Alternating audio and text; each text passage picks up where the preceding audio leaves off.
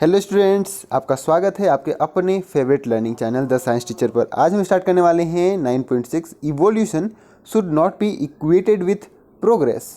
यानी कि इवोल्यूशन जो भी हम अपने आसपास में देखते हैं, जो भी वेरिएशंस होने की वजह से टाइम के साथ में जो भी इवोल्यूशन होते हैं वो हमेशा पॉजिटिव नहीं होते हैं। उसे हम यहाँ पर इक्वेट नहीं कर सकते हैं प्रोग्रेस के साथ में। अच्छा, इसे स्टार्ट करने से पहले कुछ क्वेश्चन है उसे हम कर लेते हैं जो कि पिछले वीडियो से हमने छोड़े हुए हैं। क्वेश्चन नंबर 1 कहता है कि हमें एक ऐसा एग्जाम्पल यहाँ पर देना है जहाँ हम कह सकते हैं कि दो स्पीसीज आपस में रिलेटेड है इवोल्यूशनरी टर्म्स के आधार पर, और उनका कुछ ऐसा कैरेक्टरिस्टिक्स को हमें यहाँ पर डिस्कस करना है। तो सिंपलेस्ट एग्जांपल अगर हम देखें तो बर्ड्स का हम एग्जांपल लेंगे और डायनासोर का एग्जांपल लेंगे। डायनासोर जिनके विंग्स आ चुके हुए थे, लेकिन वो उसका यूज़ सिर्फ कोल्ड वेदर से बचने के लिए करते थे, और बर्ड जो है यहाँ पर इसका यूज जो है उड़ने के लिए, फ्लाई करने के लिए करते हैं। और इन दोनों का जो कॉमन ओरिजिन है वो रेप्टाइल्स था। ऑलराइट, तो कॉमन ओरिजिन होने की वजह से ये दोनों जो है क्लोज हैं, ये दोनों स्पीसीज इवोल्यूशनरी टर्म के आधार पर। चलिए क्वेश्चन नंबर 2 पर बढ़ते हैं। कहता है कि can the wing of butterfly and the wing of bat be considered homologous organs, why और वाई नॉट? तो नहीं, होमोलोगस ऑर्गन में हम बटरफ्लाई और यहाँ पर जो विंग है बैट का, उसे हम यहाँ पर नहीं कह सकते कि दोनों होमोलोगस ऑर्गन्स हैं, क्योंकि होमोलोगस ऑर्गन में ऐसे ऑर्गन्स जिनका इंटरनल स्ट्रक्चर सेम हो, फंक्शन भले डिफरेंट हो सकता है लेकिन स्ट्रक्चर अगर सेम हो तो हम कहते हैं कि वो होमोलोगस ऑर्गन्स है। लेकिन यहाँ पर तो फंक्शन सेम है लेकिन स्ट्रक्चर यहाँ पर सेम नहीं है। बटरफ्लाई जो है यहाँ पर डिराइव नहीं किए हुए हैं एक ऐसे ओरिजिन से जहाँ से बैट डिराइव किया हुआ है। जैसे कि बैट जो है यहाँ पर डिराइव किया हुआ है पेटेजियम से, उसी तरीके से बटरफ्लाई यहाँ पर पेटेजियम से डिराइव नहीं किया हुआ है। तो कॉमन ओरिजिन नहीं है। इनका जो बेसिक स्ट्रक्चर है बॉडी का, इनका जो हड्डियों का बेसिक स्ट्रक्चर है वो यहाँ पर सेम नहीं है। चलिए बढ़ते हैं आगे नेक्स्ट क्वेश्चन की ओर। क्वेश्चन नंबर 3 कहता है that what are fossils, what do they tell us about the process of evolution? Fossils एक ऐसे जीव की एग्जिस्टेंस को बताता है जो कि आज से कुछ 100 साल पहले या फिर कुछ 1000 साल पहले थे, वो एग्जिस्ट करते थे।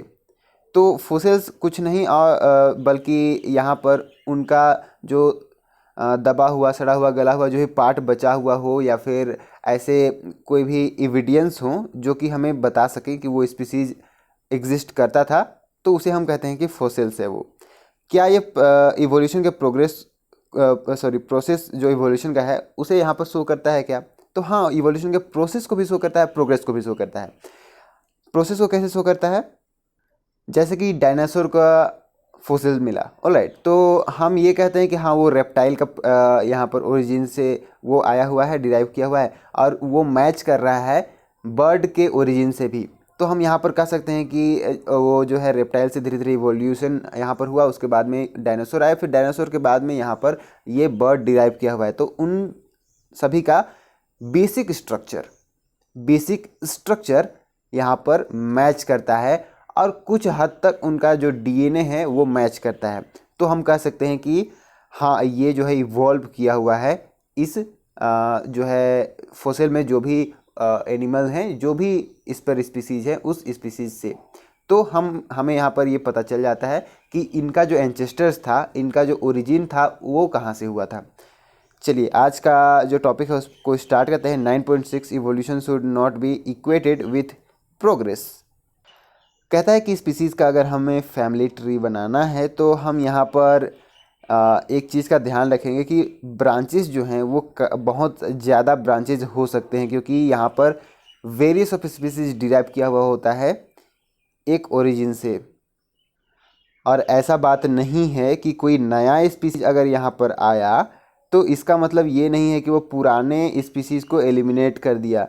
वो भी कहीं ना कहीं होगा जहाँ से वो डिराइव किया हुआ है। जैसे कि बीटल के एग्जांपल में हमने देखा हुआ था कि रेड बीटल यहाँ पर धीरे धीरे ख़त्म हो जा रहे थे, लेकिन अगर उसे कुछ ऐसा इन्वायरमेंट मिल गया, वहाँ पर वो चला गया, तो वो रेड बीटल भी सर्वाइव करेगा और ग्रीन बीटल लीफ पर भी वो सर्वाइव कर लेगा। तो यहाँ पर दो स्पीसीज फॉर्म किए, तो हमें अगर इसका ब्रांचेस बनाने होंगे, मान के चलते हैं हम ऐसे स्पीसीज़ का ट्री बना रहे हैं तो हम ब्रांचेस जो बनाएंगे वो ज़्यादा यहाँ पर बनाएंगे, डिफरेंट डिफरेंट कैरेक्टर्स के साथ में different different types of species यहाँ पर ओरिजिन हुए।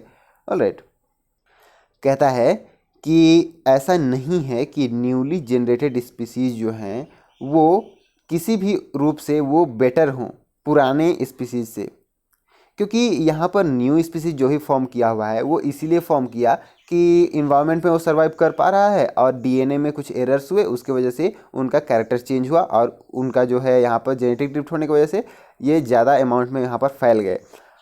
तो यहाँ पर ये ज़्यादा अमाउंट में फैल गए और जो पुराने वाले स्पीसीज़ थे जिससे वो डिराइव किए हुए हैं उनके साथ में ये रिप्रोडक्शन का प्रोसेस नहीं कर सकते हैं, तो इसीलिए हम कह सकते हैं कि नया स्पीसीज़ यहाँ पर फॉर्म किया। लेकिन ये यहाँ पर कोई भी बेटर इनका जो है कैरेक्टरिस्टिक्स है ये हम नहीं कहेंगे।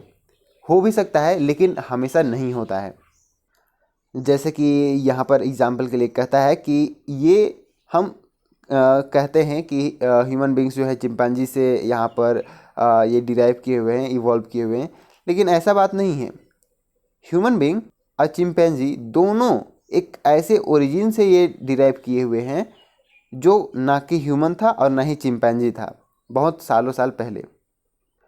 और सालों साल पहले कहने का मतलब ये है कि इन्होंने जो भी जनरेशन यहाँ पर इन दोनों के बीच में जितने सारे जनरेशन आए उनमें ये धीरे धीरे धीरे धीरे धीरे धीरे यहाँ पर वेरिएशंस आते गए। उसके बाद में ये स्पीसीज जो है ह्यूमंस और ये चिंपैंजी यहाँ पर फॉर्म किया। ऐसा नहीं है कि अचानक से ये एक न्यू इस जनरेशन में ह्यूमन को डिराइव कर दिया और दूसरे जनरेशन में वो चिंपैंजी को डिराइव कर दिया, ऐसा बात नहीं है। यहाँ एक और बात काफ़ी इंटरेस्टिंग ये कहता है और काफ़ी इन्फॉर्मेशन यहाँ से आपको मिल जाएगा जो इवोल्यूशन है उसका। ये कहता है कि यहाँ पर जो कॉमन ओरिजिन है वो यहाँ पर दो स्पीसीज़ को ऐसे दे दिया, उसके बाद में ये स्पीसीज अपने अनुसार अपने कैरेक्टरिस्टिक, अपने बिहेवियर, अपने जो है इन्वायरमेंट के अनुसार वो धीरे धीरे यहाँ पर इवॉल्व होते गए और ह्यूमन में ये कन्वर्ट हो गए। उस तरीके से यहाँ पर ये इवॉल्व होते गए और चिंपैंजी में कन्वर्ट हो गए। इसका जो ओरिजिन है उससे कोई यहाँ पर इवोल्यूशन में लेना देना नहीं है, बस ये है कि हाँ स्ट्रक्चर वो वहाँ पर कैरी ऑन हुआ।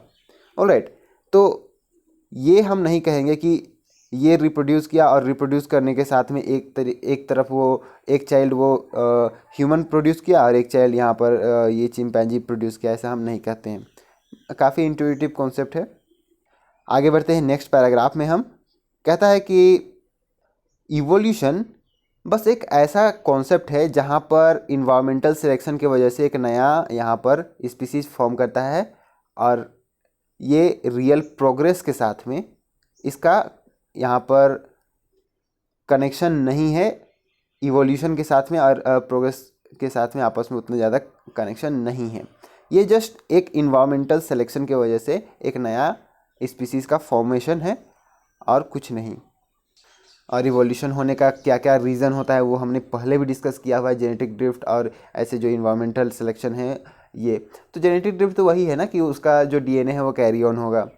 जेनेटिक ड्रिफ्ट जो है वो नए कैरेक्टर भी अगर आते हैं तो उसे आगे कैरी ऑन करता है, तो उससे भी यहाँ पर इवोल्यूशन होता है, नए स्पीसीज ज़्यादा मात्रा में बनते हैं। नए स्पीसीज में जो भी इंडिविजुअल हैं उनका संख्या अगर बढ़ गया तो हम कहेंगे कि एक सेपरेट ग्रुप हो गया, एक सेपरेट स्पीसीज हो गया। तो यहाँ पर ये प्रोग्रेस के साथ में हम इसे हमेशा रिलेट नहीं कर सकते हैं। अगर हम इवोल्यूशन में केवल प्रोग्रेसिव ट्रेंड, एक ऐसा प्रोग्रेसिव ट्रेंड को देखें तो हम ये कह सकते हैं हाँ कॉम्प्लेक्स बॉडी डिज़ाइन यहाँ पर आया हुआ है। ऑलराइट, लेकिन ये कॉम्प्लेक्स बॉडी डिज़ाइन जो है, जो पुराना बॉडी डिज़ाइन था उससे यहाँ पर ज़्यादा इफ़िशिएंट थोड़ी है। जो पुराना बॉडी डिज़ाइन था वो भी तो यहाँ पर काफ़ी था, उससे भी कोई प्रॉब्लम नहीं था। यहाँ पर नए कॉम्प्लेक्स डिज़ाइंस आए, जैसे आप अपने बॉडी के अंदर में जो भी देख सकते हो, स्टार्टिंग हुआ यूनिसेलुलर से, फिर मल्टीसेलुलर में भी डिफरेंट ऑर्गन्स नए नए यहाँ पर डेवलप करते गए। उसके बाद में जैसे इवोल्यूशन हुआ, पूंछ जो थे वो पूंछ हट गए। तो यहाँ पर बॉडी जो है यहाँ चेंज कर रहा है, इसका मतलब ये नहीं हुआ कि पुराना डिज़ाइन यहाँ पर ख़राब था। और इसी की वजह से आप देख सकते हो कि जो पुराना डिज़ाइन भी था वो भी अभी सर्वाइव करते हैं। यहाँ पर एक सिंपलेस्ट लाइफ फॉर्म बैक्टीरिया के बारे में देखते हैं। ये जो है अपने आप को ऐसा, इसका जो बॉडी स्ट्रक्चर है कि वो हॉट स्प्रिंग में, यहाँ पर डीप सी में, यहाँ आइस में भी वो इजीली सरवाइव कर पाता है। यानी कि ये नहीं चाहता है कि इसका कोई एक जगह निश्चित हो, इसका कोई भी एक जगह निश्चित है एक नहीं है, एक इन्वायरमेंट निश्चित नहीं है, वो कहीं पर भी इजीली सरवाइव कर पाता है। क्या ये गुण ह्यूमंस के अंदर में है?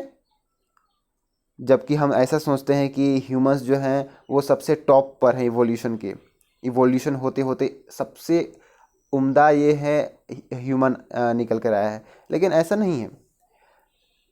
Alright, human beings are not the pinnacle of evolution. तो अब चलिए देख ही लेते हैं कि ह्यूमन इवोल्यूशन क्या है।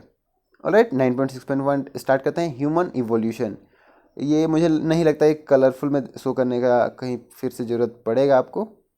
ऑलराइट, कहता है कि इवोल्यूशन जो भी हुआ उस पर रिलेशनशिप फाइंड करने के डिफरेंट डिफरेंट टूल्स हमने यहाँ पर यूज किया। जैसे कि यहाँ पर खुदाई करना, आइसोटोप्स का यूज करके टाइम डेटिंग करना, फोसिल्स का स्टडी करना, डीएनए का सीक्वेंस को यहाँ पर मिलाना। ऑलराइट, तो यहाँ पर ह्यूमन की इवोल्यूशन को हमने इस तरीके से यहाँ पर परखा, इस तरीके से हमने यहाँ पर देखा। अब क्या ह्यूमन इवॉल्व हो गए? ह्यूमन इवॉल्व होने के बाद में हम अगर पूरे प्लेनेट के अंदर में ह्यूमंस को देखें तो क्या इन पर भी स्पीसीज डिफरेंट डिफरेंट हैं? जो ह्यूमंस हैं जितने भी प्लेनेट के अंदर में हैं, क्या इन पर भी कोई डाइवर्सिटी है? डाइवर्सिटी तो है, लेकिन क्या वो डाइवर्सिटी इसे नया स्पीसीज फॉर्म कराने में हेल्प करता है? नहीं। स्किन कलर, उनका शेप, साइज यहाँ पर चेंज हो सकता है, लेकिन वो आपस में रिप्रोडक्शन का प्रोसेस इजीली कर पाएंगे। वो सेम स्पीसीज ही हैं। यहाँ पर बहुत अभी काफ़ी दिनों से, काफ़ी समय से ये चला आ रहा है ह्यूमन रेसेस के बारे में। स्किन कलर को यहाँ पर ये आइडेंटिफाई करने के जो है ह्यूमन रेसेस के लिए यूज़ कर रहे हैं। यहाँ पर जो है कि अगर स्किन कलर डार्क है तो वो ठीक नहीं है, या फिर स्किन कलर गोरा है तो स्किन कलर यहाँ पर मैटर नहीं कर रहा है। वो कलर तो यहाँ पर इन्वायरमेंट की वजह से आया हुआ है। इन्वायरमेंट जैसा है, इन्वायरमेंट की वजह से कलर यहाँ पर चेंजेस हो सकते हैं, चेंजेस होते ही हैं। आप जाओ ऐसे एरिया पर जहाँ पर सनलाइट ज़्यादा पड़ता है तो वहाँ पर उनका कलर डार्क होगा ही होगा। कहीं पर सनलाइट बहुत कम पड़ता है तो वहाँ कलर वाइट हो जाएगा। इन दोनों के बीच में कोई रहा तो उसका कलर ब्राउन हो जाएगा। उसी तरीके से यहाँ पर कलर जो है इन्वायरमेंट पर डिपेंड करता है। ये हम नहीं कह सकते कि ये स्पीसीज़ है, एक तरीका की स्पीसीज़ है, ये यहाँ पर डिराइव होकर के आया हुआ है, ऐसा बात नहीं है। There is no biological basis to the notation of human races, all humans are single species. और ये मैटर नहीं करता कि हम कहाँ रहते हैं। अभी हमारा सबका कॉमन ओरिजिन जो है वो अफ्रीका से है। अफ्रीका से ही सभी जगह पर लोग ट्रैवल किए, फिर वापस भी आए, ट्रैवल किए वापस आए। इन्हें हम कहते हैं, ह्यूमन स्पीसीज जो है उसे होमो सेपियंस कहते हैं। हमारा जेनेटिक फुटप्रिंट्स जो है वहाँ अभी भी ट्रेस किया जा सकता है। और ये इसी तरीके से यहाँ पर जो है वहाँ से जो भी हमारे एंसेस्टर्स थे वो अफ्रीका को छोड़ करके दूसरे जगह पर चले गए, जैसे कि east, west, south, north, across the planet सभी सेपरेट हो गए, मतलब एक जगह से दूसरी जगह माइग्रेट हो गए।